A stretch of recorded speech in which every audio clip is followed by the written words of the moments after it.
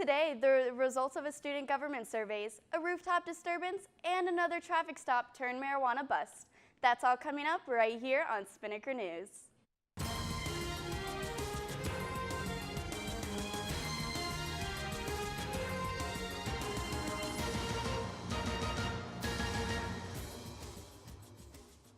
Hello Ospreys, I'm Diane Colley and you're watching Spinnaker News on Spinnaker Television.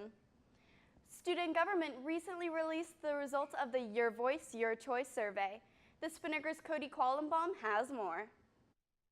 Student Body President Joseph Turner says he plans on prioritizing student government initiatives such as keeping the library open 24 hours a day, as well as bringing academic support staff, possibly from ACE, over to the library so students can better study and perform. Another one of student government's priorities will be to add equipment for free checkout from Eco Adventure. They plan on looking at what sells out the most and adding more of it, whether it be kayaks, paddleboards, or canoes. Students were also 54% in favor of the humane removal of the geese from campus. On September 25th, 4 to 5 males caused a disturbance on the roof of Building 39. According to the UNFPD report, an officer was dispatched to J. Brooks Brown Hall, where an employee said she heard loud banging coming from outside the third-floor building. The men appeared to have been banging their skateboards against the metal railings. This caused an estimated $500 of damage. Due to the lack of information, patrol efforts have been suspended at this time. On September 24th, what started as a traffic stop turned into a marijuana bust. This occurred at the intersection of Alumni Drive and Halsendorf Drive. According to UPD, the officer smelled marijuana when he approached the vehicle. The officer then proceeded to ask the driver if she had been smoking. At first, the driver denied it, but then she admitted to smoking marijuana after being asked a second time. The driver also admitted to having marijuana in the center console of the vehicle, as well as paraphernalia.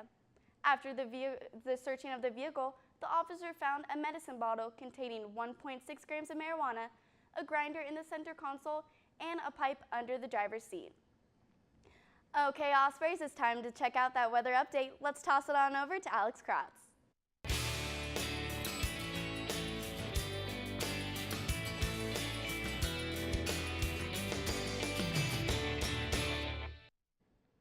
Good morning, Ospreys. I hope you all enjoyed your weekend. I'm Alex Kratz here with today's Spinnaker weather update. We're still experiencing rainy weather, UNF. As you can currently see, it's very overcast, and we'll have a high of 81 and a 90% chance of rain all day. But later on today, around 1 p.m., expect some possible thunderstorms. Mother Nature has just not been too happy lately. And tonight, we'll have a low around 72 degrees, with rainfall throughout the night. Surfers, I wouldn't advise paddling out, but if you're still weighing your options, swells will be variable and about 1 to 2 feet, with the occasional 3-foot wave.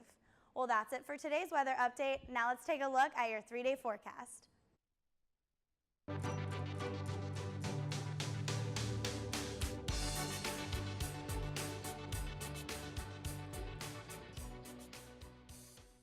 Thanks, Alex.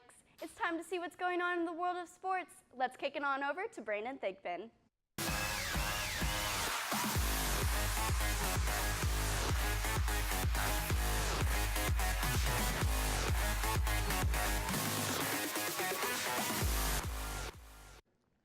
Hey Ospreys, I'm Brandon Thigpen here with your Spinnaker Sports Report.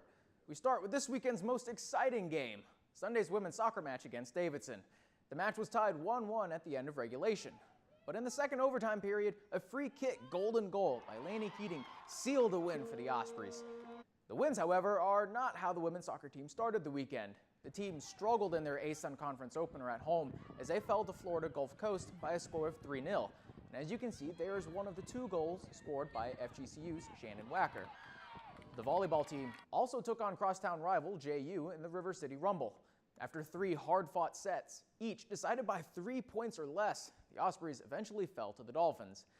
Finally, the men's soccer team traveled to DeLand, taking on Stetson in their conference opener. But the Ospreys held no answer for Stetson's consistent scoring as UNF got shut out 6-0.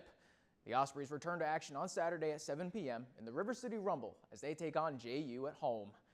That's it for sports today. Diane, back to you. Thanks, Brandon. Well, that's all the time we have for you today on Spinnaker News. But for more on the stories reported today and other stories, you can check out unfspinnaker.com. You can also like the Spinnaker on Facebook at facebook.com/UNFSpinnaker, and you can follow us on Twitter and Instagram at UNFSpinnaker. For Alex Kratz and Brandon Thigpen, I'm Diane Colley. Have a great day, UNF.